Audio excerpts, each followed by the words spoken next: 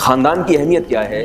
قرآن مجید میں اللہ کا ارشاد ہے هو الذی خلق من الماء بشرا فجعله نسبا وصہرا، فرمایا اللہ وہ ذات ہے جس نے ایک غلیظ اور ناپاک قطرے سے انسان کو بنایا، لیکن عزت اتنی دی ہے کہ اسے ایک نسب والا خاندان دیا جس کو ددیال اور ننیال کہا جاتا ہے، اور جب وہ بلوغت کی دہلیز پہ قدم رکھتا ہے تو ایک سسرال والا خاندان دیا جس کو عربی میں صہر کہتے ہیں، مصاہرہ کہتے ہیں۔ تو میرے بھائی یہ جو خاندانی نظام ہے اس کی بڑی اہمیت ہے۔ فرانس کے بارے میں ایک وہیں کے کالم نگار نے مضمون لکھا، اس مضمون کا عنوان تھا فرانسیسی اور کتے۔ مضمون انگلش میں تھا، میں اس کا مفہوم بیان کر رہا ہوں اردو میں، کہ اس نے بتایا کہ فرانس میں جو بے انتہا کتے پالنے کا رواج ہے، ہر گھر میں کتا، اور کتوں سے اتنی محبت کرتے ہیں اور جائیدادیں کتوں کے نام کر کے چلے جاتے ہیں، اس کی وجہ کتوں سے محبت نہیں ہے، اس کی وجہ یہ ہے کہ اس کو انسانوں سے محبت ملنا ختم ہو گئی۔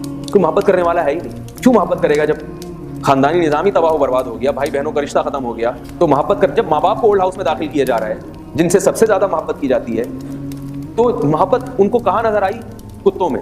ان کو پتا ہے کتے کو روٹی کھلاؤ تو دم ہلاتا ہے، اپنی اولاد کو روٹی کھلاؤ گے وہ آپ کی فرما برداری نہیں کرے گا، وہ کہے گا آپ کا بنیادی حق تھا مجھے روٹی کھلانا، آپ نے گورنمنٹ کے قانون کی بیس پہ مجھے روٹی کھلائی ہے۔ تو میں صرف آپ سے ایک بات عرض کروں گا کہ بتاؤ یہ ہماری ذمہ داری ہے یا نہیں ہے کہ ہم اس فیملی سسٹم کو بچائیں؟ ذمہ داری ہے یا نہیں ہے؟ تو اب اس کو بچانے کے لیے ہمیں کیا کرنا ہے؟ اس کا آسان جواب یہ ہے کہ انہوں نے تباہ کرنے کے لیے جو کچھ کیا ہے نا، آپ اس کا الٹ کرنا شروع کر دیں تو بچنا شروع ہو جائے گی۔ اب اس کے لیے انہوں نے جو حربے استعمال کیے وہ میں جلدی بتاتا ہوں، آپ نے اس کے الٹ چلنا ہے بالکل۔ پہلا حربہ انہوں نے استعمال کیا، نکاح کے رواج کو ختم کیا جائے، گرل فرینڈ سسٹم مارکیٹ میں لایا جائے۔ گرل فرینڈ جب ہوتی ہے تو کوئی سالہ ہوتا ہے، کوئی سسر ہوتا ہے، کوئی ساس، کوئی خاندانی نہیں ہوتا، اس کو جب چاہو چھوڑ دو۔ بیوی کو طلاق دینا آسان کام، بولو نا بھائی، 100 دفعہ کانپتا ہے آدمی، سالوں کا خیال آتا ہے، سسر صاحب کا خیال آتا ہے، یار وہ بندہ نہیں چھوڑے گا مجھے۔ ارینج میرج ہوئی ہے، باقاعدہ بھگا کے نہیں لے کر آئے، وہ شادی پہ اتنا خرچہ ہوا تھا وہ ضائع ہو جائے گا، دوبارہ رشتہ ملنے میں مشکلات ہوتی ہیں، لوگ پوچھتے ہیں طلاق کیوں دی؟ گرل فرینڈ 100 رکھیں، 100 دفعہ چھوڑیں، کوئی بدنامی نہیں ہے معاشرے میں آپ کی۔ اور عورت کی تو بیچاری کی ایسی کی تیسی ہو جاتی ہے، مرد اس سے اپنی جنسی خواہش پوری کرتا ہے مگر اس کو اس کی قیمت نہیں دیتا، اور بیوی جب گھر میں لاتا ہے تو مرد کے لیے اپنی خواہش پوری جب اس سے کرتا ہے تو اس کی اب بھاری بھرکم معاوضہ دینا پڑتا ہے، اس کو گھر دینا پڑتا ہے، گیس بجلی کا بل دینا پڑتا ہے مرد کو، اس کے بدن سے بچہ پیدا ہوگا تو اس کے سارے خرچے مرد کو اٹھانا پڑتے ہیں، اس کے رشتہ دار جب آئیں گے تو ان کا اکرام کرنا پڑتا ہے، سالوں کو چائے پلانی پڑتی ہے، سالیوں کے ساتھ اچھی طرح سے بات چیت کرنی پڑتی ہے، اور بہت سارے مسائل ہیں۔ عورت کو عزت گرل فرینڈ بننے میں نہیں ملتی، بیوی بننے میں ملتی ہے۔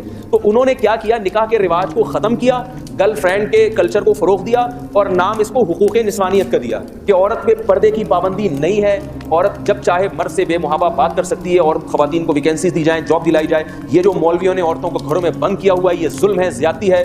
تو نام کیا استعمال کیا گیا؟ عورت کے حقوق، مگر برباد کون ہوئی ہے؟ عورت برباد ہو گئی۔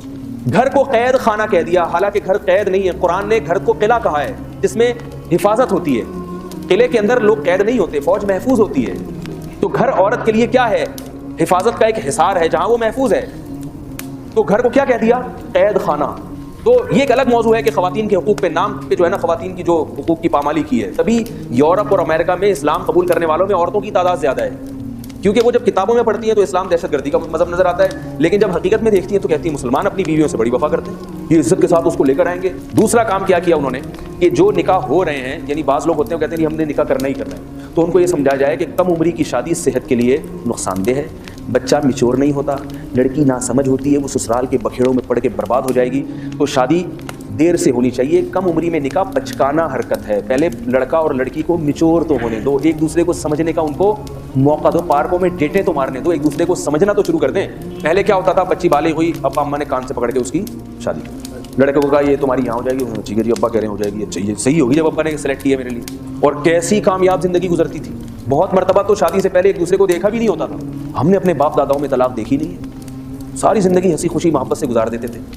اب ایک دوسرے کو سمجھنے میں 4 سال لگاتے ہیں، ڈیٹے مار رہے ہیں، موبائل پہ گپیں ہو رہی ہیں، 4 سال سمجھتے تو 4 سال تک ایک دوسرے کو سمجھنے کا موقع ملا، پھر بہت اچھی طرح 25-30 خواتین کو سمجھتے سمجھتے ایک پہ دل آیا کہ یہ بالکل میرے حساب سے ہے، اور ربی رخصتی ہوئی، اور اگلے دن سے پھڈے اور جھگڑے شروع، اور 1-8 سال کے بعد طلاق۔ اس لیے کہ جو ہمیں جس نے یہ چیزیں سکھائی ہیں نا، اس کا مقصد یہ نہیں تھا کہ ایک دوسرے کے سمجھنے کے بعد کامیاب شادیاں ہوں گی، اس کو پتا ہے کہ جب چسکا لگ جائے گا نا گرل فرینڈ بنانے کا، ڈیٹے مارنے کا، تو بیوی کی ٹینشن پالنے کے لیے نہ مرد تیار ہوگا اور نہ عورت کو شوہر کے روپ میں بندہ چاہیے, اسے وہی پرانا والا بوائے فرینڈ چاہیے. میں یہ نہیں کہہ رہا کہ محبت کی شادی نہیں کرنی چاہیے, اگر کسی سے محبت ہے تو وہ بھی نکاح کرنے میں کوئی حرج نہیں ہے, نبی صلی اللہ علیہ وسلم نے ترغیب دی ہے. مگر یہ جو ڈیٹیں مارنے والا اور اتنا طویل عرصے جو ایک پروگرام اور ایک سیٹ اپ چلتا ہے, یہ کہاں سے آیا ہے؟ بولو بھائی, یہ غیروں سے آیا.